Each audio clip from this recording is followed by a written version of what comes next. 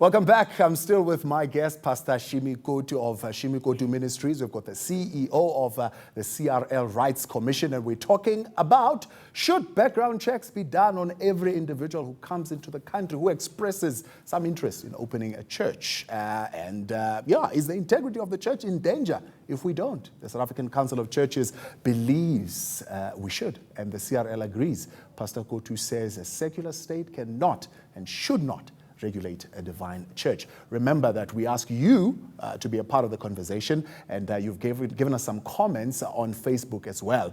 Let's check out what is being said on the Facebook page.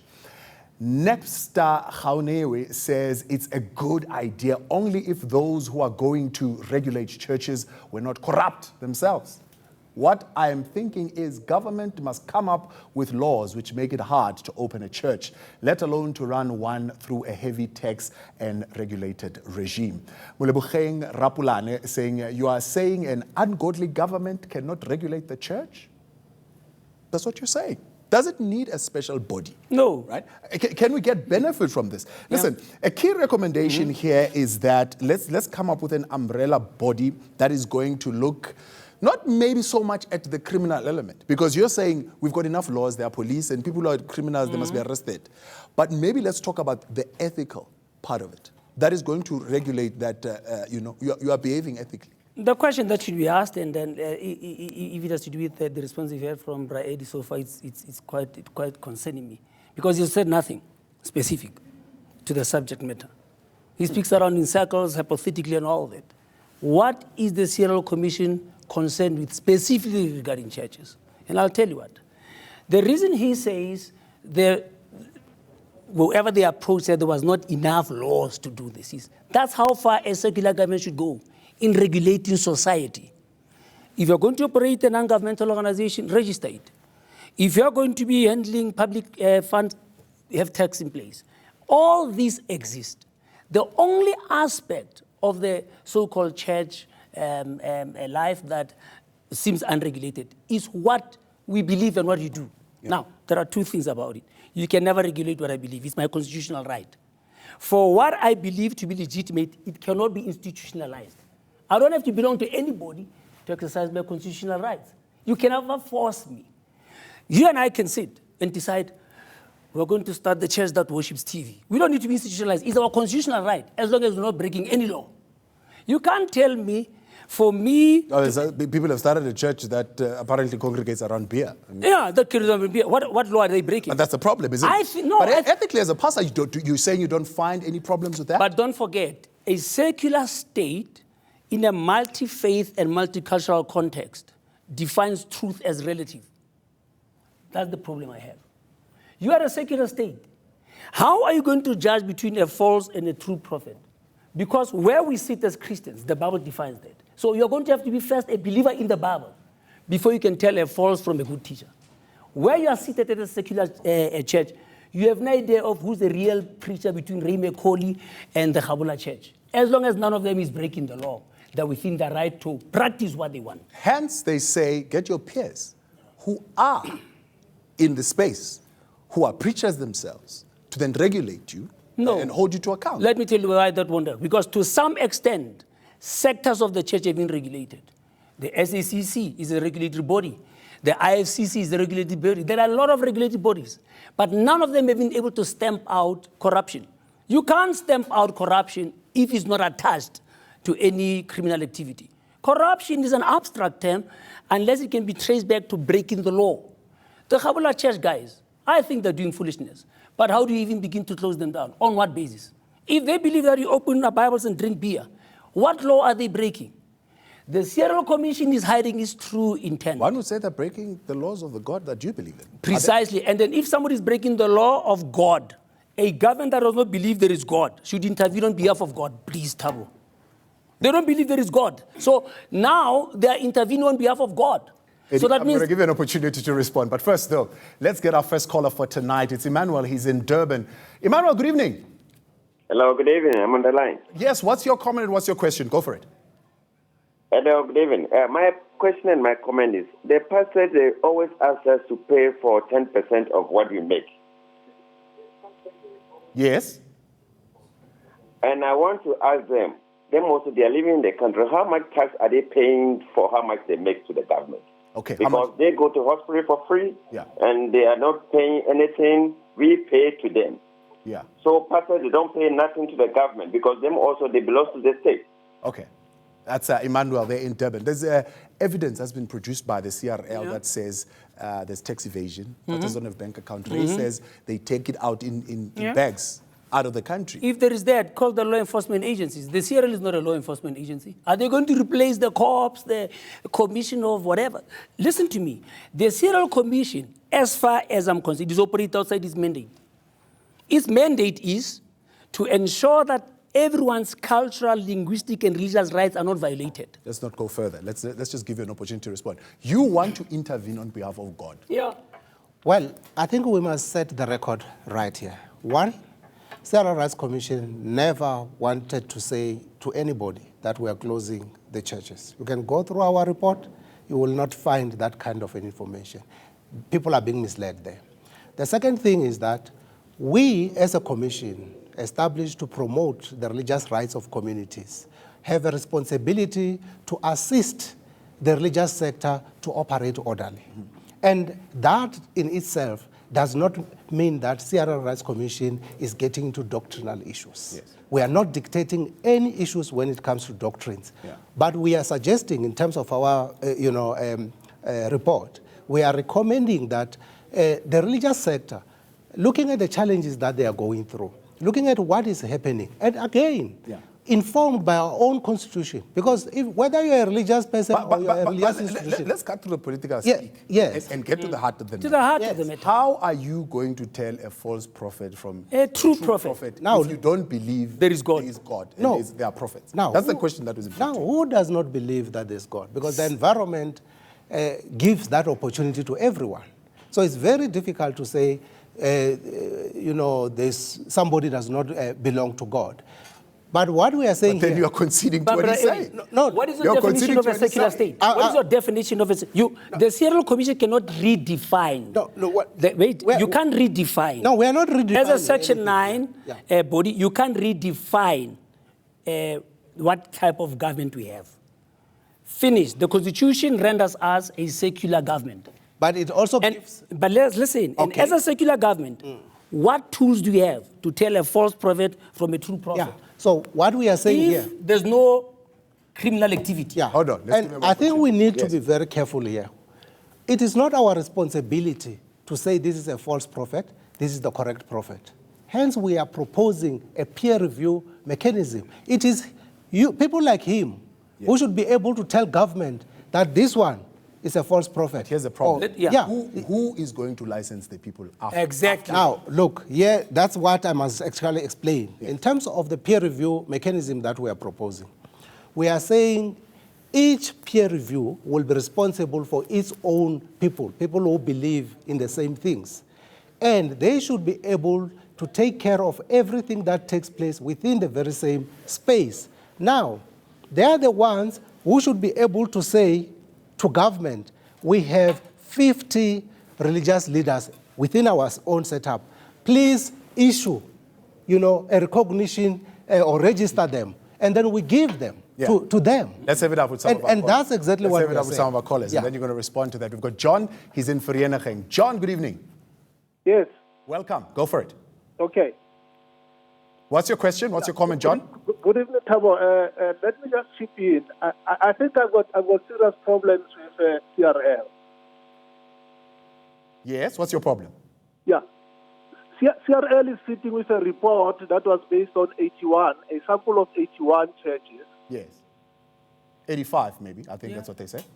Yeah, very few people, and they are so obsessed with excesses within the Christian communities, when by their own admission, together with Ray McCauley, there are thousands of churches that are not regulated, and those churches are not breaking the law.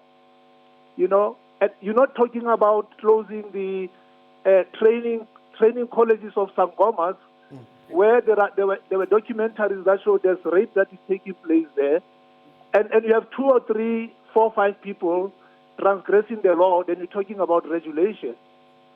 I think the mandate of CRL must not necessarily be obsessed about regulating Christian churches, but rather try and take the advice from Parliament and call a summit of all religious leaders and engage them on the way forward, and not be obsessed with regulating each time one person goes out of order.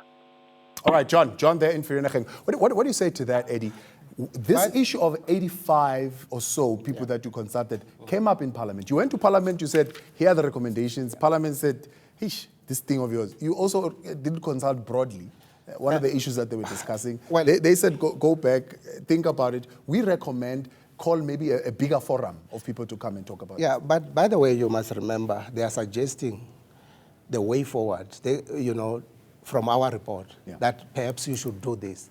But let me say that the 85 that we are talking about, it's a misrepresentation from what people say. I'll give you an example. If you say it's not enough, let's say SACC. How many churches are under SACC? If you call an umbrella body that represents a lot of churches under it, do you count it as one? Yeah.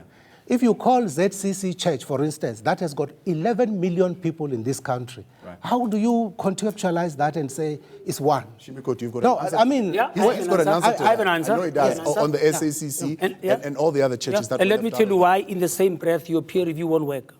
Pastor A, within their group, they believe that divorce and marriage are fine. Pastor B believes it's sinful, but Pastor A and B don't believe in polygamy. But Pastor C believes that a man should marry, and there comes the Roman Catholic says any preacher of the gospel should not marry. So it's going to regulate too. Yeah. Stay away from what we believe and what we practice. Be concerned about tax evasion, crime, sex before marriage is outside your domain. Homosexuality is outside your domain. Concentrate on those issues that make society governable. You can never regulate what I believe in and what I practice. You are infringing on me, and while you do that, you have targeted the church in isolation of the broader religious and cultural society. Let's look at Judaism and Islam. Is it a culture or religion? Very thin line. There are things Muslims do that I find foolish, that they have a right to do, and you're keeping quiet on. Wait, let's talk about initiation schools, where crimes have been committed. Boys die in those schools. You are doing nothing about it. Somebody who makes people eat grass and they survive is not breaking any law because he never hypnotized them into eating grass. You came out when you started this investigation. You used TB Joshua. I believe he believes rubbish, but he has a right and his followers to practice what he does. You were concerned about the 101. How many people died there? Yeah. Lots. How many people have died since South Africa became a state on the pilgrimage to Mecca, the Muslims? You are isolating and targeting the church, and you are infringing on our constitutional rights. You have no right to even address church when you've not spoken about culture and religion. Yeah, I think... your terms of reference are completely... Let's get things right here. I think my brother here is not informed. I mean, when he says there are people dying at the initiation school and you have not done anything, he sounds like he's living in another world. No. Right? Because all South Africans know what the commission has done in terms of that and the recommendations. Something is done. Secondly, the issue of saying that when we started the investigations, we were informed by TB Joshua. TB Joshua is not actually the person who informed our investigation. We were informed by the challenges that were happening in this country. By the way, we received even complaints. Yes.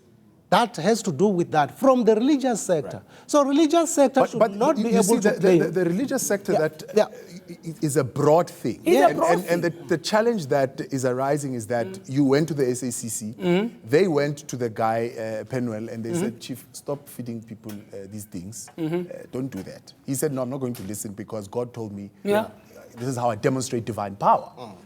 And you came back and you said, well, the churches are saying this thing doesn't work. But did you consult broadly all the other churches who possibly might believe in what that gentleman was doing? We are saying we called in, umbrella bodies into our investigations. Yes. It could be the traditional churches, it could be charismatic churches. You must remember, South Africa has got about 55 million people here. I'm going to give you an opportunity to expand on that. I quickly want to take Yes. Tekiso is in Centurion. Hi, Tekiso.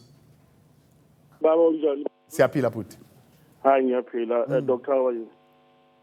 Doctor, how are you? I'm good. He's listening, I'm listening. good. Yeah. Talking to you. And also CEO, my greetings. Gentlemen, I think we are dealing with a broader problem. Religion in itself, it has been made to say,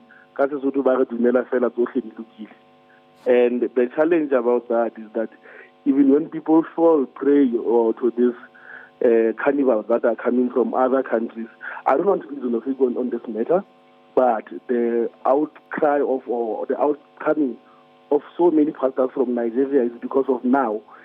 Lagos was one of the most noisiest cities in the whole world, and they ended up bringing regulations that in order for you to operate a church in Lagos, you need to write to the president.